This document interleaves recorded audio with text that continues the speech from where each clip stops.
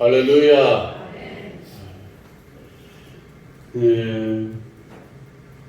사람들은 뭔가를 바라보고 살아갑니다.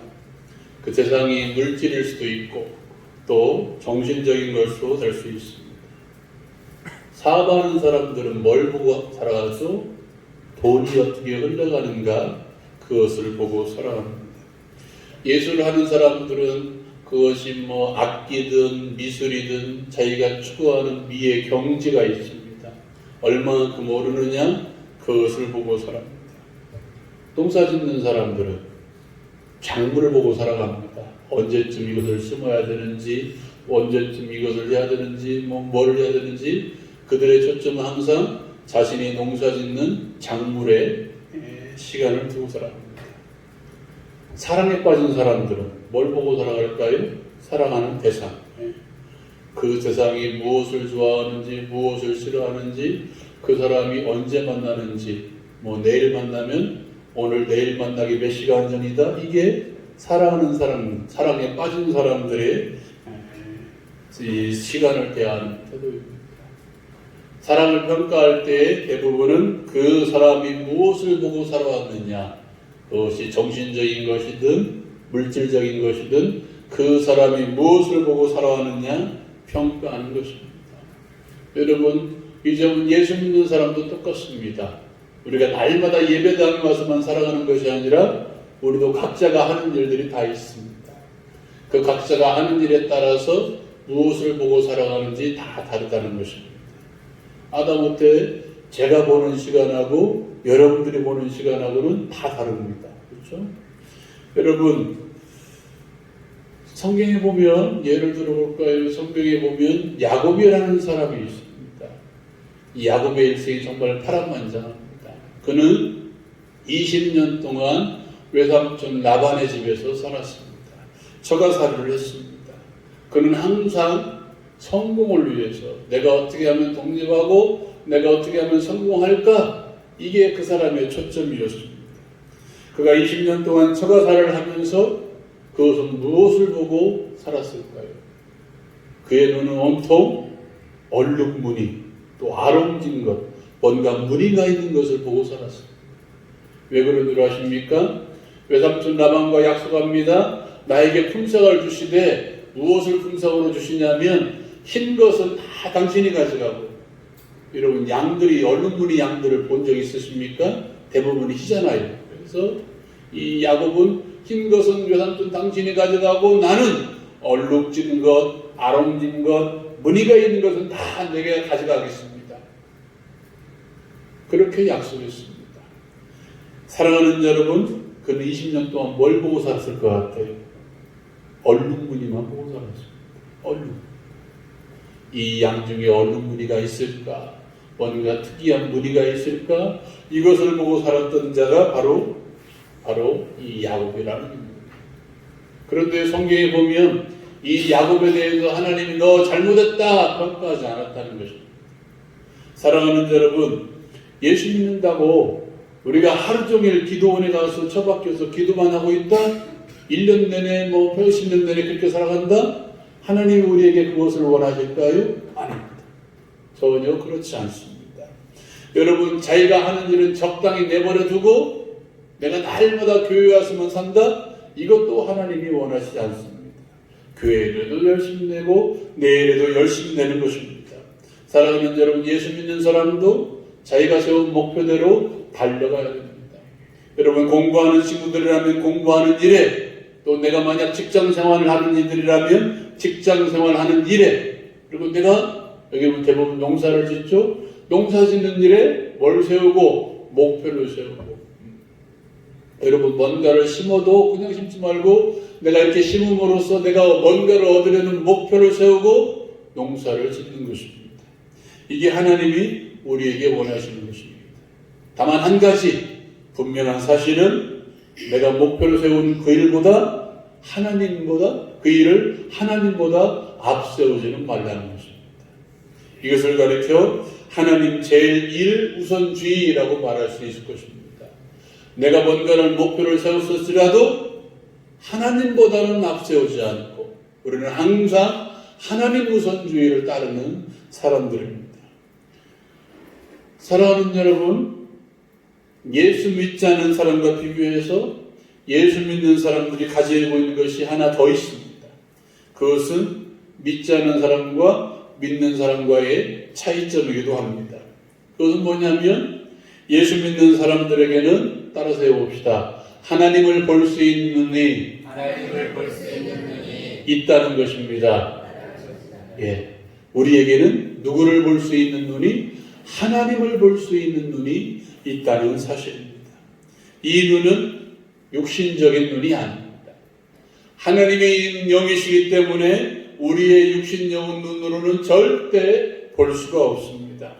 이 눈은 마음의 눈을 가리킵니다. 예수 믿는 모든 사람들에게 성령께서 열어주시는 영안이라고도 말할 수 있을 것입니다. 요한복음 3장을 보면 성령 하나님을 통해서 거듭난 사람들은 하나님 나라를 볼 수 있다라고 말합니다. 이 볼 수 있는 눈이 뭐예요? 심령의 눈, 마음의 눈, 또 영적인 눈을 가리킨다는 사실입니다.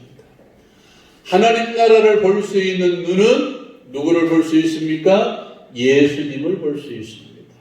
예수님을 볼 수 있는 자들은 또 누구를 볼 수 있습니까? 하나님을 볼 수 있다는 사실입니다. 사랑하는 여러분 모두는 이 눈을 가지고 있는 줄로 믿으시기 바랍니다. 이 눈이 있기 때문에 지금 어디에 나와 있습니까? 이 자리에 나와 있습니다. 믿습니까? 사랑하는 여러분, 이 시간 하나님을 만나려고 모였지 않습니까? 말씀을 통해서, 찬송을 통해서, 기도를 통해서 우리 모두는 하나님을 만나고 체험하려고 모였다는 사실입니다. 한번 물어볼까요? 여기서 목사 보러 온 사람 손이라도 한번 들어주시오. 한 사람도. 다시 목사 보러 온 사람 없을 줄로 믿습니다. 우리 모두는 다 누구를 보러 왔습니까? 하나님을 보려고 왔습니다. 사랑하는 여러분, 그렇다면 우리는 누구를 볼 수 있는 눈이 먼저 있다는 거예요. 하나님을 볼 수 있는 눈이 우리에게 있다는 사실입니다. 오늘 말씀에 이렇게 선언합니다. 마음이 청결한 자는 복이 있나니 저희가 누구를 볼 것이며 하나님을 볼 것이며 라고 선언합니다. 사랑하는 여러분, 마음이 청결하기 때문에 본다는 것은 하나님을 보는 것이 육신의 눈이 아니고 또 청결한 마음으로, 청결한 마음이 된 그 마음으로 볼 수 있다는 사실입니다. 사랑하는 여러분, 그렇다면 마음으로 본다는 게 무슨 의미일까요? 여러분, 이 말을 이해하고 어렴풋이나마 알기는 알지 정확하게 깊이 알고 깨닫는 사람들은 그렇게 많이 없다는 사실입니다. 파악할 수 없는 분이 바로 하나님이십니다. 그 하나님을 알기 때문에 우리를 향해서 뭐라고 이야기하냐면 본다라고 말하는 것입니다. 꺼요, 문자 오고 있네. 안전 문자. 여러분, 실제로는 우리가 볼 수 없지만 하나님을 경험하는 모든 일들, 내가 그것이 말씀을 통해서든지 찬송을 통해서든지 기도함을 통해서든지 하나님을 경험하는 모든 것들을 가리켜 뭐라고요? 본다라고 표현하는 것입니다. 사랑하는 여러분, 성경에 보면 이 본다라는 말과 같이 쓰는 말이 있습니다. 이건 한번 따라해 봅시다. 안다. 예. 예배서 1장 17절부터 19절에 이런 말씀이 있습니다. 우리 같이 한번 읽어볼까요? 시작. 우리 주 예수 그리스도의 하나님 영광의 아버지께서 지혜와 계시의 힘을 너희에게 주사 하나님을 알게 하시고 너희의 마음의 눈을 밝히사 그의 부르심의 소망이 무엇이며 성도 안에서 그의 기업의 영광의 풍성함이 무엇이며 그 힘의 이력으로 역사하심을 따라 믿는 우리에게 베푸신 능력의 지극히 크심이 어떠한 것을 너희로 알게 하시기를 구하노라. 아멘. 여러분, 위에 보면 17절에 보면 아버지께서 지혜와 계시의 영을 주사라고 이야기하죠. 계시라는 것은 보여준 거라고 말하고 있습니다. 그런데 그 뒤에 뭐라고 이야기합니까? 너희에게 하나님을 알게 하시고라고 세 번째 레슨에 쓰여져 있죠. 그리고 뭐라고 이야기합니까? 너희 마음 눈을 밝히사. 마음의 눈을 밝혔으면 봐야 됩니까? 알아야 됩니까? 봐야죠. 근데 마지막에 뭐라고 이야기합니까? 빨갛게 쓰여져 있는 글자 읽어봅시다. 시작. 알게 하시기를 구한다. 아멘. 마음 눈을 밝혔는데 어떻게 하라고요? 알게 하시기를 구하노라 라고 이야기합니다. 이 말의 의미는 결국 본다라는 말과 안다라는 말은 같은 의미라는 것입니다. 결국 우리가 하나님을 볼 것이며 라는 말은 하나님을 경험한다 라는 말과 같은 의미고 하나님을 알아간다 라는 말과 같은 의미라는 것입니다. 우리 마음 깊은 곳에서부터 하나님을 알고 있고 또 하나님을 나의 삶에서 날마다 경험하며 살아가는 것, 이것이 바로 본다는 말과 같은 말이라는 것입니다. 사랑하는 여러분, 우리는 하나님은 알기를 알되 어떻게 알아야 됩니까? 많이 알아야 됩니다. 많이. 우리가 읽었던 17절, 11장, 19절 뒤에 있는 알게 하시기를 구하노라 라는 말은 이건 한번 따라해 봅시다. 에피그노세이. 좀 어려운 말이죠. 헬라어가 에피그노세이라는 말인데요. 이 말의 의미는 이것도 한번 따라해 봅시다. 빈자리가 없도록 하나님을 아는 것으로 가득 채우는 것. 예. 빈틈이 없도록 우리 마음 가운데 빈틈이 나지 않도록 마음 가운데 하나님을 아는 것으로 가득 채우는 것. 이게 안다라는 말입니다. 다른 것을 알 틈이 있나요? 없나요? 없는 거예요. 우리 마음 가운데 먼저 하나님을 아는 것으로 채우는데 자 들어갈 빈틈이 없도록 가득 채우가 되는 것, 이게 바로 안다라는 말입니다. 사랑하는 여러분, 그렇게 하나님을 알면 알수록 우리의 마음눈은 어떻게 될까요? 밝아질 수밖에 없습니다. 우리 마음눈이 밝아지면 어떻게 되나요? 하나님을 아는 것으로 채울 수밖에 없습니다. 결국 하나님을 아는 것과 또 우리의 마음눈이 밝아지는 것은 같이 연결되어 있는 말입니다. 하나님을 알면 알수록 우리 마음눈이 밝아지고 우리의 마음눈이 밝아지면 밝아질수록 하나님을 아는 것으로 가득 채울 수밖에 없다는 사실입니다. 사랑하는 여러분, 그런 사람들은 어떻게 합니까? 하나님을 더욱더 알아가려고 말씀을 가까이 두고 읽고 또 읽고 또 어떻게 해요? 우리의 마음판에 새기는 거예요. 하나님을 아는 게 어디에 있을까? 가장 기본적인 것이 뭡니까? 말씀이잖아요. 그래서 말씀을 자꾸 읽는 거예요. 뭐 하려고? 하나님을 알아요. 내 마음 가운데 하나님을 아는 것으로 가득 채우려고 늘 말씀을 가까이 하고 또 어디서 하나님을 만날 수 있을까? 예배에 집중하고 또 더 나아가서 하나님과 개인적으로 만나려고 늘 기도에 힘쓰는 사람들. 사랑하는 여러분, 이 기도가 우리의 기도가 되기를 주님의 이름으로 축원합니다. 하나님을 알되 어떻게 하려고요? 빈틈이 없도록 우리 마음 가운데 가득 채워달라고 기도하시기 바랍니다. 우리의 마음들을 날마다 밝혀서 하나님을 아는 것에 집중하게 해달라고 기도하는 것이 우리의 기도가 되어야 된다는 사실입니다. 말씀을 읽을 때마다 우리의 영적인 눈이 열려서 하나님을 아는 것으로 가득 채워달라고 우리는 날마다 기도해야 된다는 사실입니다. 사랑하는 여러분, 그렇다면 하나님을 보려면 어떻게 되나요? 마음이 청결해야 됩니다. 마음이 청결한 자는 복이 있나니 저희가 하나님을 볼 것이며, 이 말씀을 역으로 이해하면 하나님을 보려면 어떻게 해야 된다? 마음이 청결해야 된다는 거예요. 청결해야 된다는 것이 무슨 말입니까? 깨끗해야 됩니다. 여러분, 우리가 눈을 자주 깜빡이면 이 눈에 있는 눈물샘에서 눈물이 나온답니다. 그래서 어떻게 하냐면 이 눈을 한번 깨끗이 씻어준답니다. 여러분, 우리가 뭔가 눈에 들어가면 어떻게 해요? 가만히 있나요? 자꾸 깜빡여야 돼요. 그래서 눈물샘에서 눈이 나와서 눈을 깨끗하게 하는 거죠. 여러분, 마치 눈물샘에서 눈물이 나와서 눈을 깨끗하게 하듯이 우리 마음 가운데 더러운 것을 씻어내기 위해서 어떻게 해야 돼요? 자꾸 깜빡해서 더러운 것들을 씻어내야 됩니다. 우리의 마음을 더럽게 하는 게 뭔가요? 죄입니다. 죄를 부으면 우리의 눈이 더러워져서 누구를 볼 수 없게 돼요? 하나님을 볼 수 없게 돼요. 뭔가 가리고 있으면 보이나요? 안 보이잖아요. 안 보이잖아요.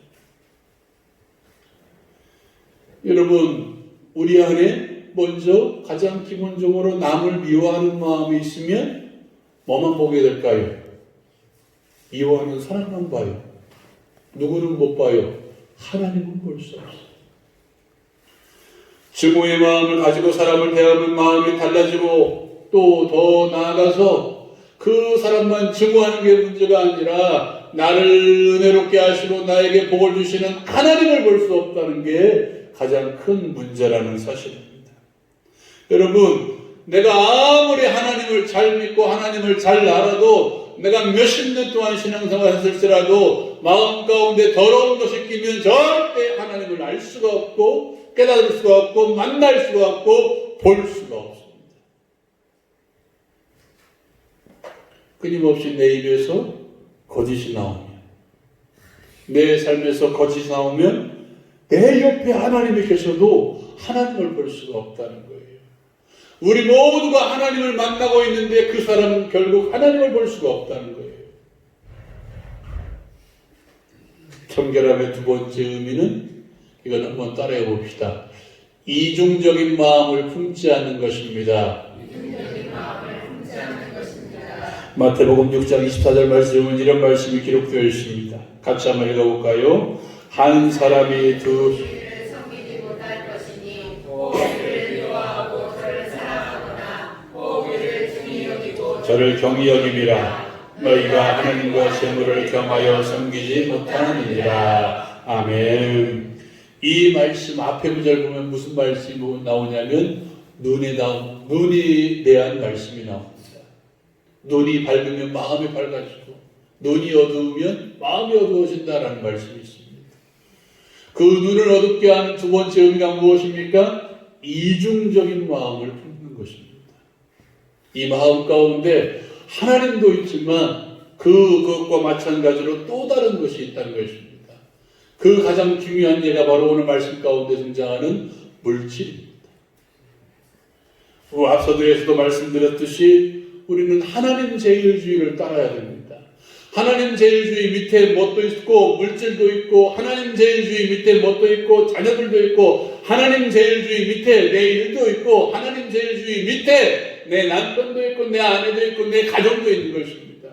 이것이 동등하게 서 있는 그 순간 어떻게 돼요? 마음이 갈라지는 거예요. 이중적인 마음이 생겨서 제대로 하나님을 볼 수가 없다는 사실입니다. 여러분, 교회 안에서의 삶과 교회 밖에서의 삶이 달라진다면 그 사람은 이중적인 마음을 품고 있는 사람들입니다. 교회 안에서는 열심히 예배하고 찬송하고 신앙생활 잘하는 것처럼 있다가 교회 밖을 떠나면 교회 밖으로 나가는 순간 전혀 다른 삶을 살아간다면 그 사람은 이중적인 사람이죠. 그 사람이 아무리 마음 가운데 하나님이 있어도 하나님을 제대로 만날 수 없는 사람들, 볼 수 없는 사람들. 사랑하는 여러분, 우리는 내가 눈을 감고 있으나 뜨고 있으나 우리는 항상 누구를 보면서 하나님을 보면서 살기를 원해야 됩니다. 하나님을 만나고 싶은 거룩한 바람과 하나님을 경험하고 싶은 강렬한 열망이 우리 가운데 있어야 돼요. 예배에 나올지라도 그냥 앉아있지 말고 하나님 나 좀 제발 만나 주십시오. 기도할 때도 그냥 기도하지 말고 하나님 제발 나 좀 만나 주셔서 하나님을 경험하게 되는 강렬한 열망이 있어야 된다는 사실이에요. 사랑하는 여러분, 우리 마음을 갈라내는 모든 것들을 제거해야 됩니다. 죄된 습성들, 이중적인 마음들, 우리를 갈라지게 하는, 우리가 따르게 하는 모든 것들을 다 내버려야 됩니다. 사랑하는 여러분, 하나님을 보고 싶어하는 강한 마음 있는 사람들은 깨끗할 수밖에 없어요. 왜요?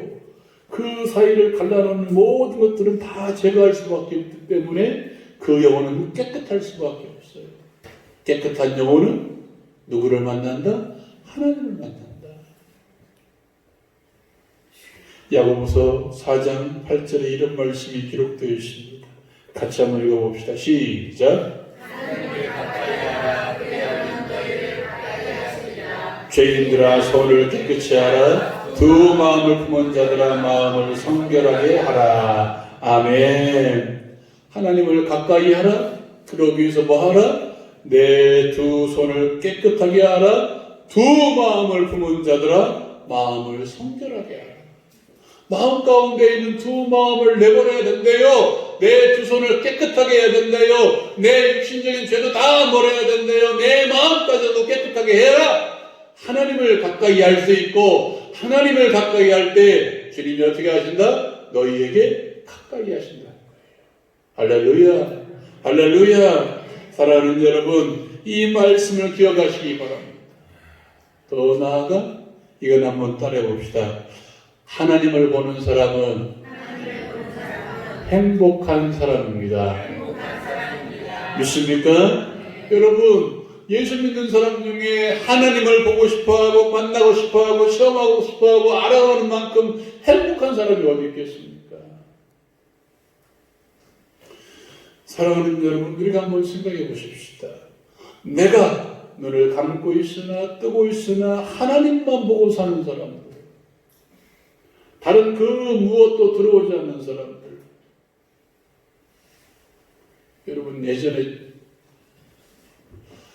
연세 드신 분들이 많아서 연애 결혼하신 분들이 없기 때문에 혹시 연애 결혼하신 분? 아이고, 나만 손 들었네. 제가 학교 다닐 때 연애 결혼했습니다. 수업 시간에 공부할 때 앞에 서 있는 사람은 누구로 보일 것 같아요? 안현승으로밖에 안 보입니다. 저는 월요일 날 올라갈 때마다 뭘 기다렸을까요? 금요일 날만 기다렸습니다. 왜 그럴까요?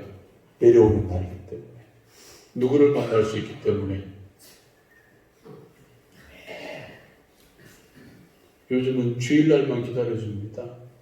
왜 그럴 것 같아요? 왜 그럴 것 같아요? 여러분 볼 수 있기 때문에. 아멘? 네. 요즘 주일날만 기다려줘요. 일주일에 그냥 예배도 거의 한 번밖에 못 드리니까 이분들이 잘 계시고 계십니까? 잘 살고 계십니까? 집도 못 찾아가요. 왜요? 요즘은 집 찾아가면 요거도 먹는다면서요.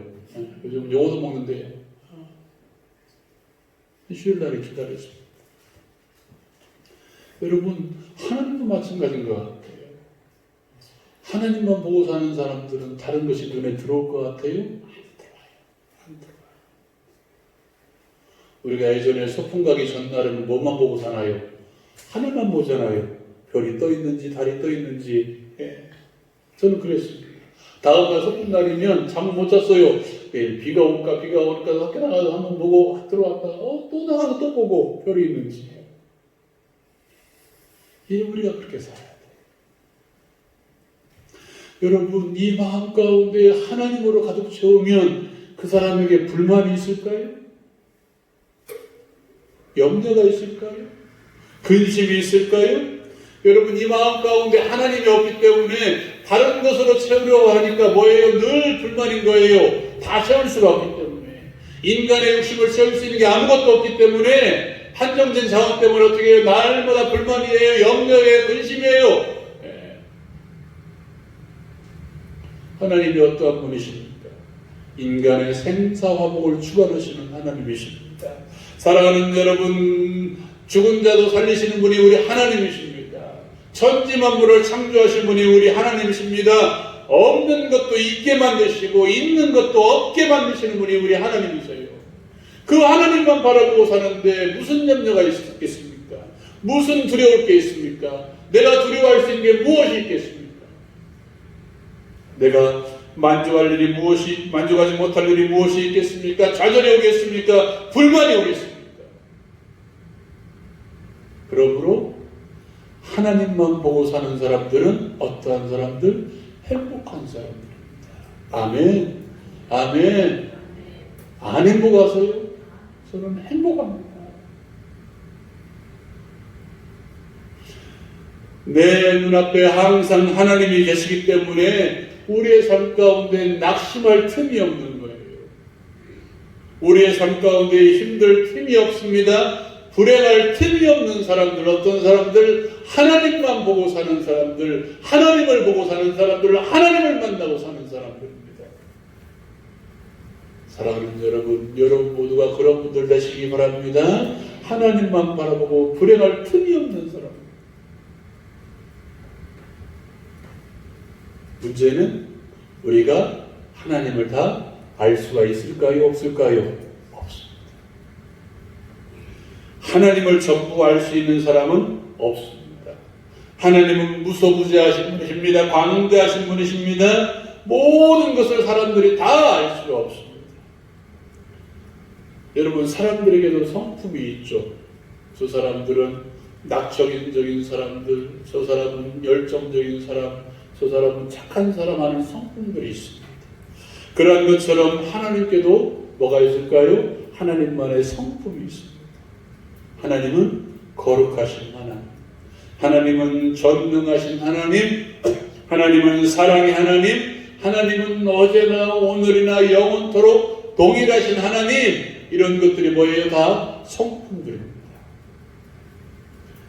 여러분, 그런 성품들을 내가 처한 환경에 따라서 내가 뭐예요? 경험하는 거예요. 만나는 거예요. 예를 들어서 아브라함이 있습니다. 아브라함은 하나님의 약속에 따라 갈대아 우르를 떠나서 또 가나안 땅에 들어간 사람입니다. 그 약속 가운데 하나가 뭡니까? 자녀에 대한 약속이죠. 여러분, 자녀에 대한 약속이면 최소 몇 년 만에 1년이나 2년 만에 뭐 해야 돼요? 자녀를 낳아야 되잖아요.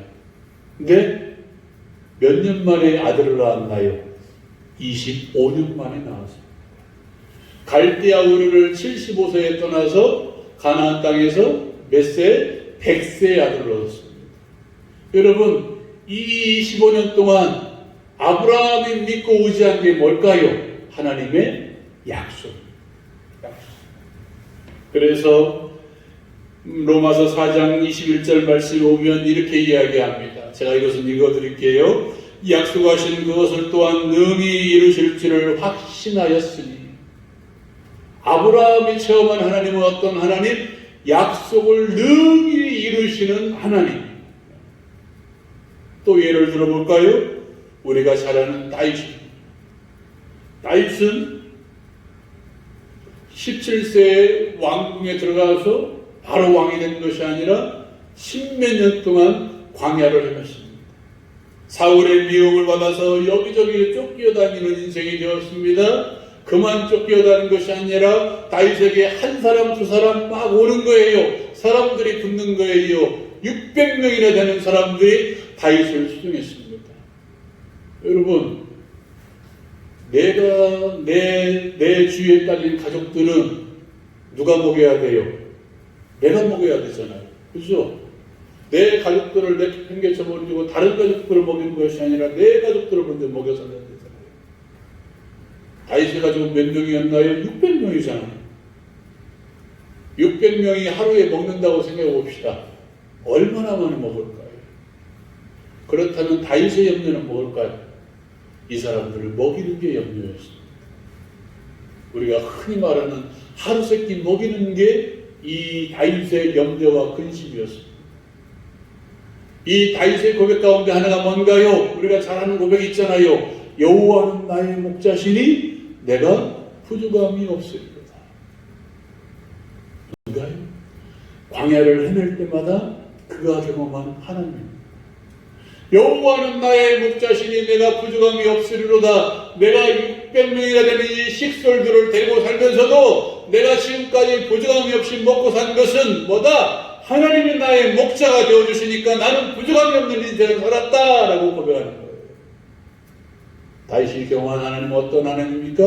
목자 되신 하나님, 부족함이 없게 하시는 하나님. 이 하나님을 경험했다. 사랑하는 여러분, 지금은 검은 대륙이라고 말하는 대륙이 아프리카 대륙입니다. 그 대륙에 가서 처음으로 선교한 사람이 누구냐면 리빙스턴이라는 사람입니다. 그 사람이 일평생 동안 붙들고 살아간 말씀이 바로 마태복음 28장 19절에서 20절 말씀입니다. 그 마지막 말씀이 뭔가요? 이건 한번 따라해 봅시다. 볼지어다 내가 세상 끝날까지 너희와 항상 함께 있으리라. 예, 이 리빙스턴이라는 선교사님은 그 검은 대륙에 가서 한 사람도 아는 사람이 없음에도 불구하고 이 말씀을 붙들고 선교의 길을 개척해 나가십니다. 임마누엘 되신 하나님. 사랑하는 여러분, 저에게도 만난 하나님, 경험하고 싶은 하나님이 있습니다. 작년부터 저에게 기도의 제목이 하나 있습니다. 제가 처음 올 때부터 저는 그거 기도했습니다. 하나님 저에게 말씀의 능력을 달라고. 말씀을 선포할 때마다 우리 성도들이 은혜 받게 해달라고. 이걸 목사의 평생 기도의 제목입니다. 그리고 제가 기도의 능력을 달라고 저는 기도합니다. 성도들의 가족을 위해 기도할 때마다 그 기도가 응답되게 해달라고. 아멘. 이것은 나에게 이루어온 게 아니고 여러분들에게 이루어온 거예요. 아멘. 작년부터 기도하는 제목이 하나 더 들었습니다. 제가 여기 올 때 70대 되신 분들이 지금 몇 세일까요? 80대잖아. 80대 되신 분들이 지금 뭐예요? 90대. 제가 처음 여기 왔을 때가 41인가요? 40인가요? 이때 왔어요. 근데 지금 51입니다. 10년이 지나니까 이분들이 다 어떻게 됐냐면 걸그레지십니다. 그래서 저는 이렇게 기도합니다. 이건 한번 따라해 봅시다. 하나님, 목사에게 치유의 능력을 주시옵소서. 아멘. 요즘 이렇게 해봤어. 말씀의 능력을 주시고, 기도의 능력을 주시고, 치유의 능력을 주시고, 할렐루야. 이렇게 기도하고, 성도들을 위해, 치유를 위해 기도할 때마다 성도들의 질병이 떠나게 해주십시오. 아멘. 저 이렇게 기도합니다. 제가 만나기를 원하는 하나님. 그렇다면 누구에게도, 여러분 각자에게도 만나고 싶은 하나님이 계셔야 된다는 거예요. 모든 하나님을 다 알 수 없다면 내가 처한 환경에서 하나님, 나는 이런 하나님 경험하고 싶습니다 라는 하나님이 분명히 존재해야 된다는 사실입니다. 사랑하는 여러분, 그런 하나님이 있을 때마다 우리는 하나님을 기대하고 체험하기를 사모할 거예요. 그렇게 살아갈 때 우리는 살아날 수가 있어요. 내 삶이 살아날 수가 있습니다. 내가 경험하고 싶은 하나님이 있을 때마다, 그 하나님을 찾을 때마다 나는 살아날 수가 있습니다. 나는 이길 수밖에 없어요. 할렐루야. 하나님을 가까이 가서 보고 체험한 사람들은 이 마음 가운데 있는 괴로움들, 질병들을, 이 마음 가운데 있는 모든 염려, 근심들을 다 쓸어내 버릴 수가 있다는 사실입니다. 건강한 신앙생활이 어떤 것입니까? 하나님을 만나고 싶은 간절한 바람이 한순간만 있는 것이 아니라 계속되는 점. 하나님을 만나고 싶어하는 마음이 매일매일 계속되는 것이 바로 건강한 신앙생활입니다. 사랑하는 여러분, 우리가 태어난 것도, 우리가 살아가는 것도, 우리가 예수 믿는 것도, 영생도 다 하나님을 알고 경험하는 게 바로 우리의 삶의 목적입니다. 왜 비참한 삶을 살아갑니까? 왜 만족하지 못하고 살아갑니까? 왜 근심 걱정으로 살아갑니까? 결국 누가 보이지 않기 때문에, 하나님이 보이지 않기 때문에, 하나님이 보이지 않기 때문에 염려 근심 가운데 살아갑니다.